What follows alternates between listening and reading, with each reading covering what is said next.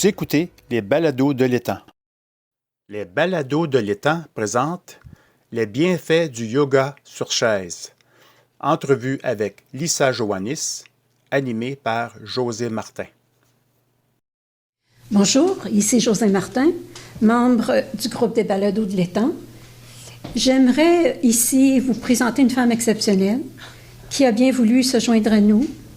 Et je vous présente Mme Lisa Joannis. Lisa, bonjour. Merci José. J'aimerais savoir, je me suis rendue à plusieurs cours avec toi et ça a été exceptionnel.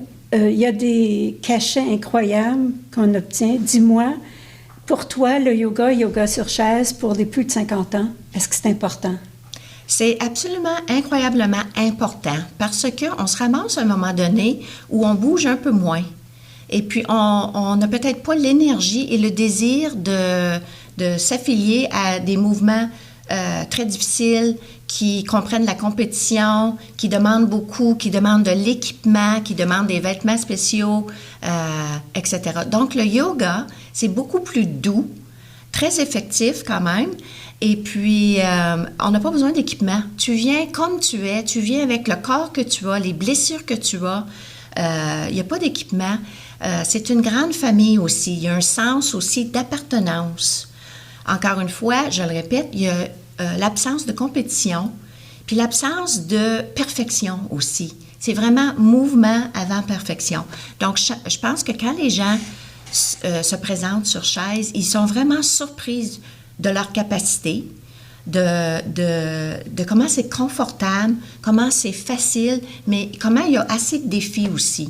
Dépendant du professeur aussi, on peut lire qui est là et puis accentuer sur des choses que les gens ont besoin. Je crois que tu as extrêmement raison parce que moi, j'ai trouvé, au début, tu veux toujours extrêmement bien faire. Et à mesure que tu vieillis, bien, c'est évident que tes membres ne veulent pas toujours tout faire. Oui. Et c'est donc ce que tu dis, et je sais que tu le répètes pour que les gens vraiment se sentent bien dans leur corps. Oui, mais tu sais, c'est vraiment où on essaie tellement qu'on manque le plaisir d'y être. Absolument. Donc, le plaisir d'y être, le sens d'appartenance, et puis aussi un sens d'humour. Des fois, les gens pensent le yoga, que c'est un exercice très sérieux, qu'on rit pas, qu'on parle pas, qu'on fait exactement ce que le prof nous dit de faire. Ben moi, au contraire, j'invite vraiment les gens à être eux-mêmes. Si le bras lève pas plus haut que ça pour une ancienne blessure, tu viens pareil.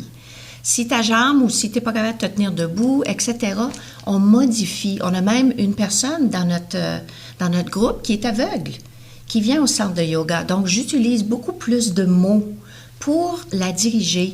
Puis, elle a aussi un sens d'appartenance, un sens de plaisir de venir. Et puis, on crée des mouvements avec assez de défis aussi, que tu te sens que tu as accompli quelque chose après. Oui, et c'est pas toujours facile pour toi non plus, parce que quelquefois, tu en as 15 à 20 qui ont tous des difficultés personnelles, qui ont toute une façon de voir les choses. Et c'est à ce moment-là, à toi d'avoir la magie pour pouvoir faire que tout le monde ressorte avec un plaisir. Je dois dire, j'imagine toi que tu as vu rapidement, quel changement il y a eu en dedans d'un an ou de 6 mois quelquefois? C'est extraordinaire.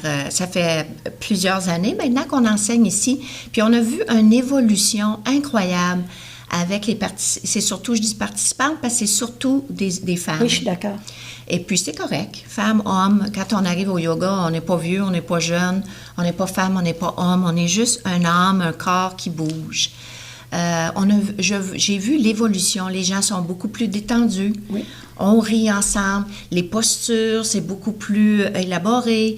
On fait des farces. On danse aussi pour dégourdir le corps.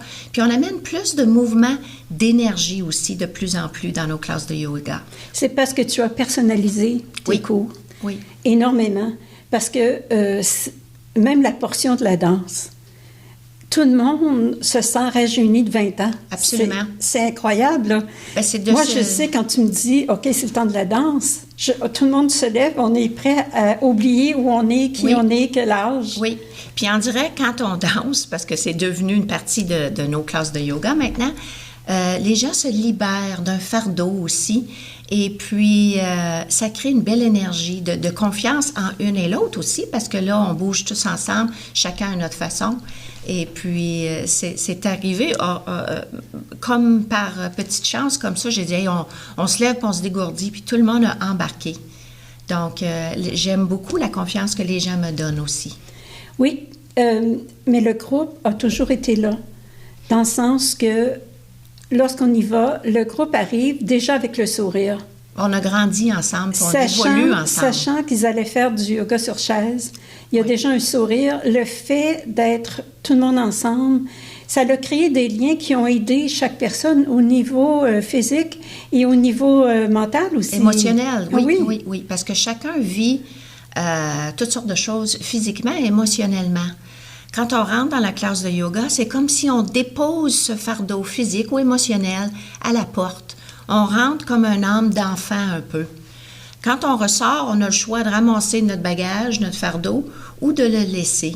Puis on réalise que les gens dépaquent leur bagage, puis ressortent un peu plus légers, physiquement et émotionnellement. Moi, j'ai vu souvent qu'ils ne sortaient pas, parce que ça a créé des liens entre les différentes personnes. Et puis, on sait très bien qu'à mesure qu'on vieillit, il faut garder ce genre de joie de vivre. Et de groupe, tu sais, ce niveau social est tellement important lorsque tu arrives à un certain âge. Tout à fait. Puis même si on se connaît pas, on se connaît, mais on se connaît pas, on apprend à naviguer ensemble et à jouer. Moi, j'appelle ça jouer ensemble. Puis je trouve que ça crée vraiment des liens. Fait que même si on se voit pas à chaque jour, ça crée un lien, une famille de yoga, une famille qu'on n'a pas peur de bouger ensemble, de rire ensemble, de s'exprimer. Lorsque tu mentionnes famille, tu as absolument, c'est exactement le bon terme, le bon mot, parce que ces gens-là se sentent partie d'un groupe d'amis, de famille. Et c'est toi qui es la clé dans ça, parce que je sais aussi que quelquefois, il y a des rencontres chez toi, des petites fêtes. Des petites fêtes qui fait que le lien est encore plus serré. Oui. Et tu n'hésites pas à te rendre au cours. Tu veux te rendre au cours. Ben oui, je trouve que c'est important. En me donnant permission d'être moi-même, parce que je suis un peu folle, un peu drôle, ça donne permission aux gens d'être eux-mêmes aussi.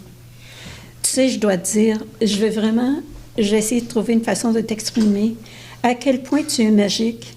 Parce que tu donnes à ces gens-là un calibre élevé de santé mentale et physique. Il y en a là-dedans qui ont arrêté de bouger, là. Alors, ils pourraient aller vers la pente où ça s'en va les médicaments, ça s'en va tout ça, et arrêter de bouger complètement. Oui. Mais non, à ce moment-là, tu reviens de l'autre côté. Oui. Tu te mets plus en forme, tu fais peu, comme tu dis. J'aime beaucoup que tu répètes souvent. Faites ce que vous pouvez. Avec le corps que vous avez. Oui. Mais tu vois que la personne va essayer plus. Oui. Et cette personne-là, sérieusement, Lisa, elle est heureuse d'en le faire. Elle devient encore... Son niveau de santé mentale et physique est plus élevé, son calibre de vie est plus élevé, et sa joie de vivre. Absolument. Alors, c'est pour ça que je dis que tu es magique dans ce sens-là. Ah, c'est gentil. Et j'espère que tu sais à quel point tout le monde apprécie et t'aime pour tout ce que tu partages. Je le ressens, puis je ressens l'amour. Et puis, j'aime jouer, puis on s'amuse, c'est plaisant. Puis on travaille fort aussi. Oui. On travaille fort aussi. Oui. C'est pas juste dandiner et s'amuser. Non. On travaille fort, puis l'évolution est là. Le désir de bouger est tellement là. Puis j'invite tout le monde à se joindre. Absolument. Donc, tu donnes les cours quel jour au Centre Charles-Émile Claude? Au Centre Charles-Émile Claude, je donne des cours sur chaise le mercredi et le vendredi à 11h. J'invite tout le monde à se joindre, même si tu n'es jamais venu, ne t'inquiète pas, tu te présentes, on s'occupe de toi Et puis, tu fais qu'est-ce que tu peux avec le corps que tu as. Encore une fois, ce que je répète toujours. Oui, je confirme exactement ce qu'elle dit, c'est exactement ce qui arrive. Les gens s'aperçoivent rapidement qu'ils sont beaucoup plus fortes, Oui. forts, qu'ils pensent aussi, physiquement Absolument. et émotionnellement. Absolument. Sur ça, je te remercie d'être venu partager avec nous. Merci. Et j'espère te revoir bientôt. Merci. Alors, ici José Martin, et je remercie tous les bénévoles des Balados de l'Étang, et un merci tout spécial au Centre Charles-Émile Claude. À bientôt. À bientôt. Remerciements à nos partenaires, le gouvernement de l'Ontario, le Centre Charles-Émile Claude. Avec l'aimable participation de nos bénévoles, Hélène Pagéiel, Mario Gagnon, Joanne Berger, Henri Michaud, Jean-Guy Pepin et José Martin.